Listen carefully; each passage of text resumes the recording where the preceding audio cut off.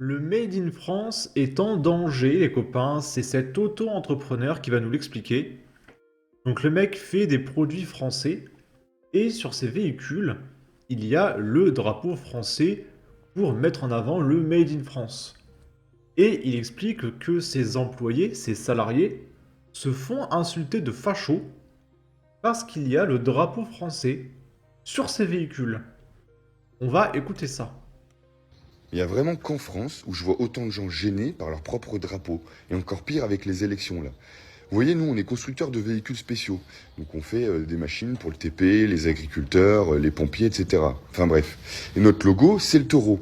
Et comme on fait des machines françaises et que nos principaux concurrents sur ces machines-là sont étrangers, eh ben on a mis le drapeau français sur tous les véhicules qu'on fabrique et sur les vêtements de l'entreprise.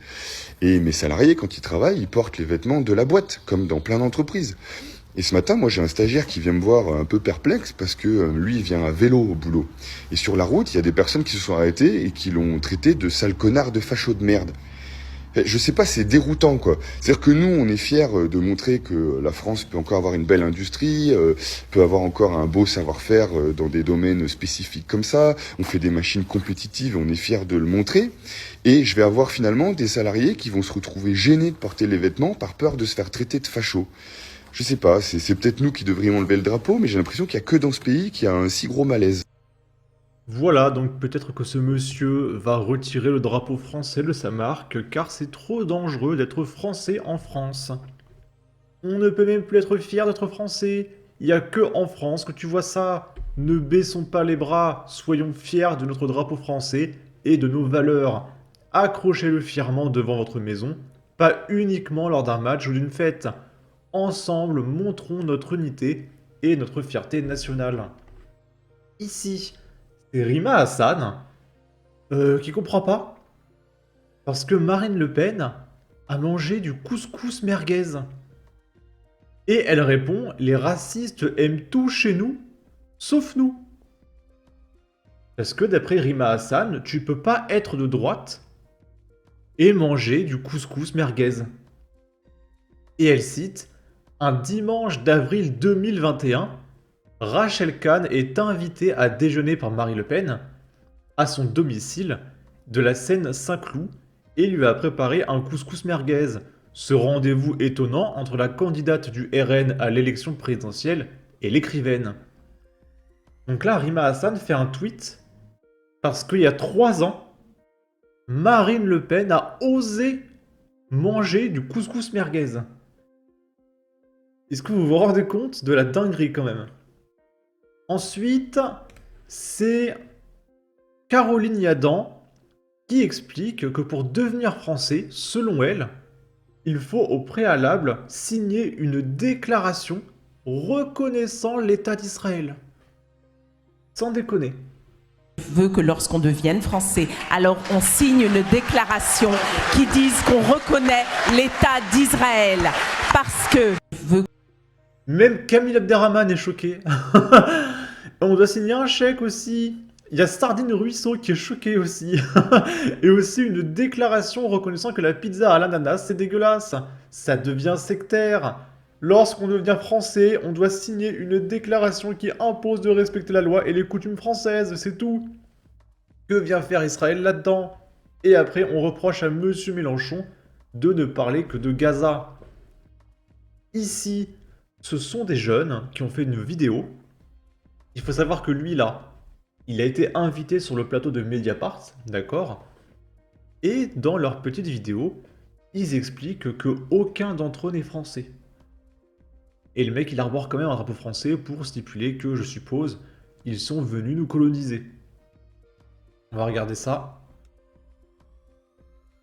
Je suis comorien et je reste ici. Je m'appelle Ilyes, je suis algérien et je reste en France. Je m'appelle Amidou, je suis ivoirien et je reste ici. Je m'appelle Oumar, je suis malien et je reste en France. Je m'appelle Eric, je suis ghanéen et je reste ici. Bah alors le RN, vous avez voulu nous baisser pour le petit raciste, hein? Arrachez-vous! Arrachez-vous! C'est terrible. Pourquoi c'est terrible? Parce que les mecs sont français en fait. Non, tu n'es pas malien. Tu parles français, tu n'as même pas d'accent, tu es né en France, ça s'entend à la voix, tu n'es pas malien. Je suis comorien et je reste ici. Je m'appelle Ilyes, je suis algérien et je reste en France. Tu n'es pas algérien, tu es français. Je m'appelle Amidou, je suis ivoirien et je reste ici. Tu n'es pas ivoirien, tu es français. Je m'appelle Oumar, je suis malien et je reste en France. Tu n'es pas malien, regarde ton R, tu prononces parfaitement le R, tu n'es pas malien, tu es né en France. Je suis malien et je reste en France. Je m'appelle Eric, je suis ghanéen et je reste ici. Bah alors Tu n'es pas ghanéen, tu es français. le RN, vous avez voulu nous baisser pour le petit raciste, hein? Et le mec il nous insulte après. Tu t'insultes tout seul, espèce d'idiot. Oh les gauchistes. Franchement quoi. Et là, au contraire, c'est un Brésilien qui va nous dire qu'il faut aimer la France. Voilà. Quelqu'un m'a demandé aujourd'hui si moi, en tant que Brésilien, en tant qu'étranger, je n'avais pas peur de l'arrivée du Rassemblement national au pouvoir. Et lui, ça s'entend qu'il est pas français, il a un accent, il parle comme ça. Lui, il est pas français. Les autres avant, ils sont français. Et c'est le mec qui est pas français qui t'explique qu'il faut aimer la France, mais c'est dingue quand même. J'ai répondu que non.